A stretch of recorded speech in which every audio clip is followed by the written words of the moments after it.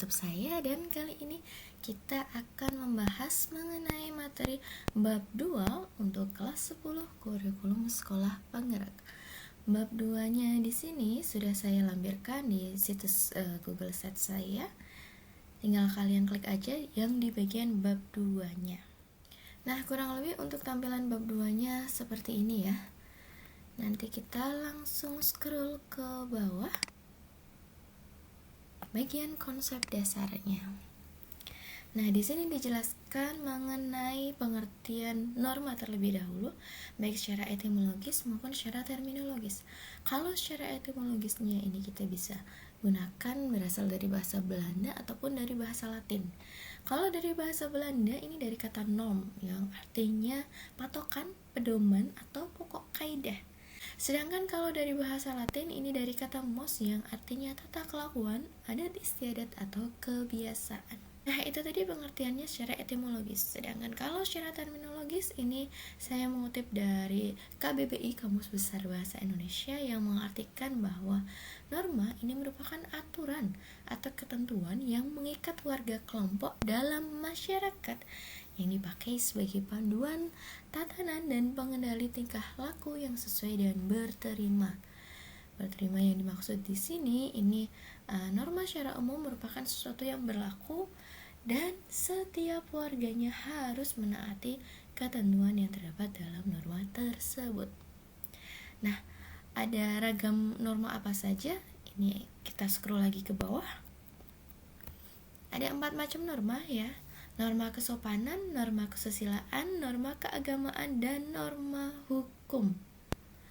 Untuk lebih jelasnya dari masing-masing normanya, ini kita scroll lagi ke bawah ke bagian yang norma. Ini yang subbab mengenai normanya ya. Ada 4 macam norma, tinggal kita klik aja. Misal kita urutkan dari yang norma kesusilaan terlebih dahulu, tinggal kita klik. Nah, ini ya. Norma kesusilaan merupakan peraturan hidup atau kaidah yang menuntun tingkah laku manusia, yang sumbernya ini dari hati sanubari setiap orang.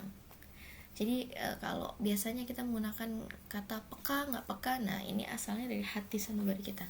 Kalau memang sudah terbiasa misal berbohong, ya pasti nggak ada rasa gelisah, cemas.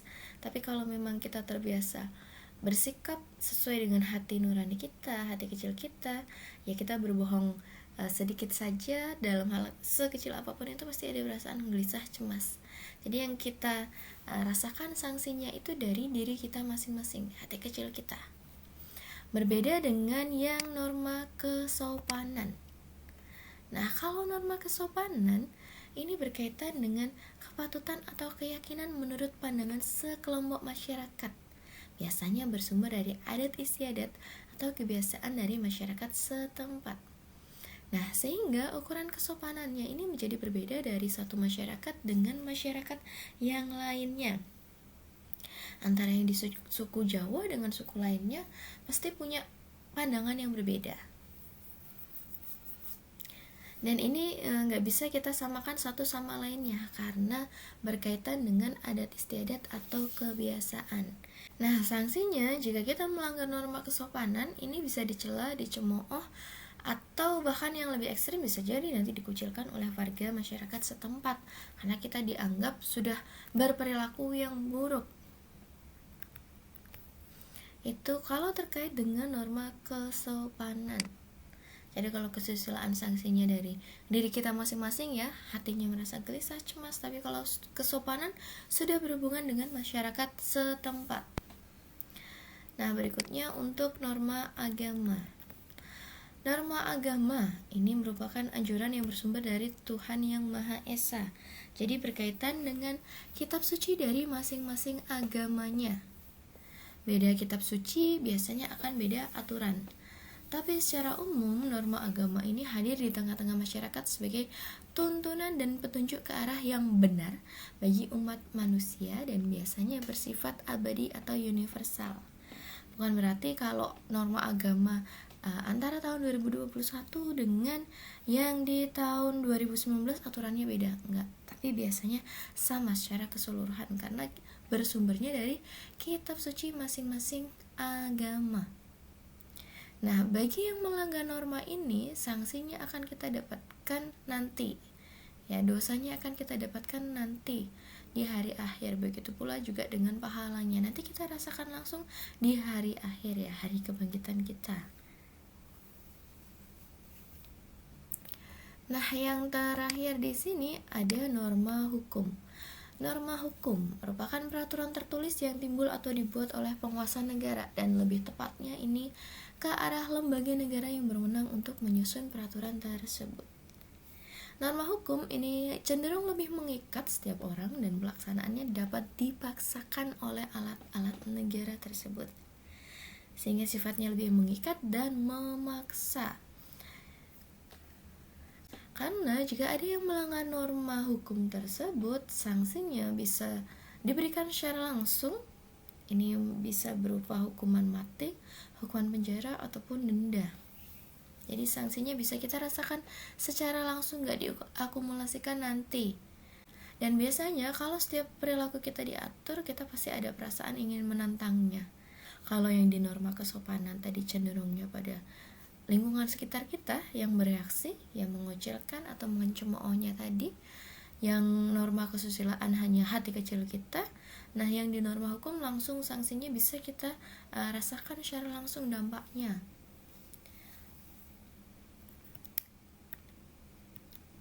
Nah, di sini ada gambar yang mencerminkan perbuatan yang melanggar norma hukum. Harusnya rambu-rambunya dilarang putar balik, ternyata ini ada beberapa pengendara bermotor yang putar balik. Ini jelas melanggar norma hukum, peraturan lalu lintasnya dilanggar. Nah, kemudian ini ada gambar perbuatan yang sesuai dengan norma kesopanan. Cium tangan orang yang lebih tua, atau bisa juga kita membungkukkan badan ketika kita melewati orang yang lebih tua, atau kita bertutur kata yang baik, lemah lembut terhadap orang tua. Itu bagian dari norma kesopanan. Terus yang ini, norma kesusilaan, mencuri barang yang bukan hak miliknya. Gak tahu ini yang belakangnya sengaja komplotan atau memang melihat hanya saja diam. Ya, ini berkaitan dengan norma kesusilaan kita masing-masing. Terus yang ini ada norma agama ya, lagi berdoa sesuai dengan anjuran norma agama. Nah, itu tadi penjelasan mengenai materi ragam norma. Untuk materinya bisa kalian akses di bagian deskripsi. Sudah ada link setnya di situ. Kurang lebihnya saya mohon maaf. Sampai jumpa pada pembahasan berikutnya. Wassalamualaikum warahmatullahi wabarakatuh.